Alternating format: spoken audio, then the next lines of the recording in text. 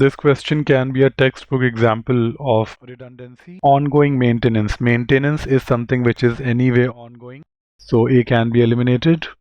Great merit in answer choice B. Maintain. Just one word, doing the job. The Human Resources Department should help maintain the growth momentum by doing something. It's one of those questions, the more you think, the more you get confused. Simple is better. Maintain does the job. Answer choice C is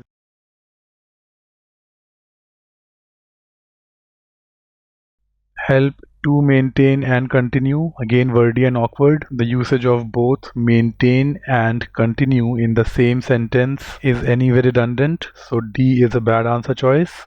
Answer choice E is wordy as well. Three words when only one word can work. And a slightly more grammatical take would be that help here should be followed either by a verb such as maintain here or in doing something. So should help in the maintenance of or should help maintain. Help followed by a noun phrase is grammatically incorrect. But again, as I said, it's a very simple question, but these questions are sometimes the most difficult to get right because the more you think, the more you get confused. The broad message is as a company grows, the Human Resources Department should help maintain the growth momentum by doing something.